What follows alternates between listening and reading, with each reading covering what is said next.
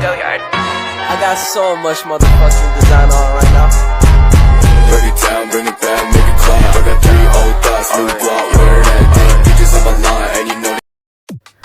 Sejarah asas-asas umum pemerintahan yang baik. Di negara Belanda sebetulnya pengembangan konsep ABBB sudah mulai berkembang di dalam literatur hukum Belanda sejak awal abad ke-19.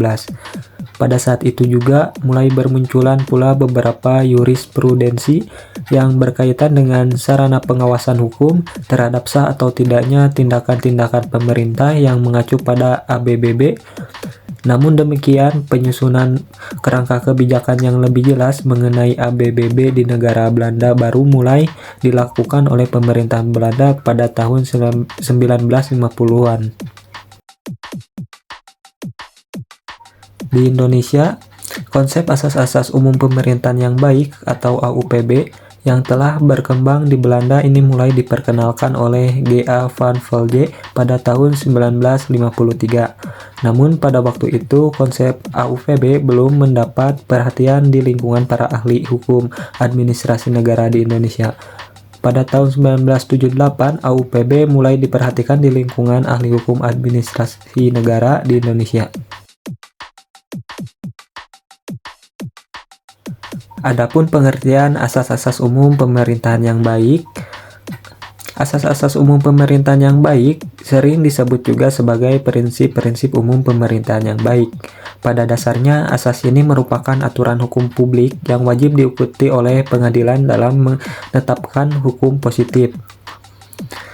AUPB ini merupakan kategori khusus dari prinsip-prinsip hukum dan dianggap sebagai sumber formal hukum dalam hukum administrasi, meskipun pada awalnya merupakan bagian dari hukum yang tidak tertulis.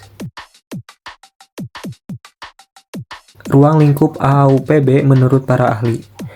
Menurut Izazim Hamidi, dikutip dari A.M. Donner, 5 asas yaitu asas kejujuran, asas kecermatan, asas kemurnian dalam tujuan, asas keseimbangan, dan asas kepastian hukum. Selanjutnya yaitu menurut Krinzel-Leroy, 11 asas yaitu asas kepastian hukum, asas keseimbangan, asas bertindak cepat, asas motivasi untuk setiap keputusan badan pemerintah, asas tidak boleh mencampur adukan kewenangan, asas kesamaan dalam mengambil keputusan, asas permainan yang layak, asas keadilan dan kewajaran, terakhir asas menanggapi pengharapan yang wajar. Selanjutnya definisi asas-asas umum administrasi negara.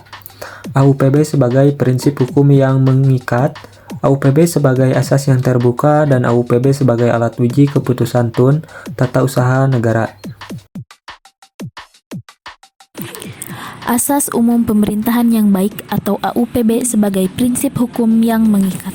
AUPB di Indonesia meskipun awalnya merupakan prinsip-prinsip yang tidak tertulis, tetapi prinsip tersebut mengikat dan digunakan sebagai pedoman bagi penyelenggara pemerintahan dalam melakukan tindakan administratif, serta digunakan sebagai alat uji bagi hukum untuk menilai kesahan dari tindakan administratif tersebut.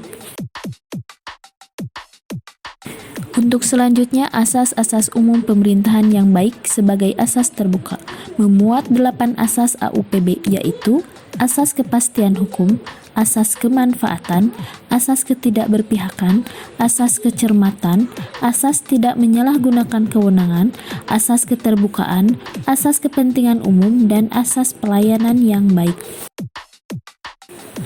Selanjutnya, AUPB sebagai alat uji keputusan TUN atau tata usaha negara. Yang pertama, AUPB merupakan bagian dari hukum positif yang berlaku. Yang kedua, AUPB merupakan norma bagi perbuatan-perbuatan administrasi negara di samping norma-norma dalam hukum tertulis dan tidak tertulis. Yang ketiga, AUPB dapat dijadikan alasan untuk mengajukan gugatan, dan pada akhirnya AUPB dapat dijadikan alat uji oleh hakim administrasi untuk menilai sah atau tidaknya atau batal atau tidak keputusan administrasi negara. Untuk selanjutnya, peranan AAUPB dalam hukum administrasi negara. Menurut Philippus M. Hajon, AAUPB harus dipandang sebagai norma-norma hukum tidak tertulis yang senantiasa harus ditaati oleh pemerintah. Meskipun arti yang tepat dari AAUPB bagi tiap keadaan tersendiri tidak selalu dapat dijabarkan dengan teliti. Dapat dikatakan bahwa AAUPB adalah asas-asas hukum tidak tertulis.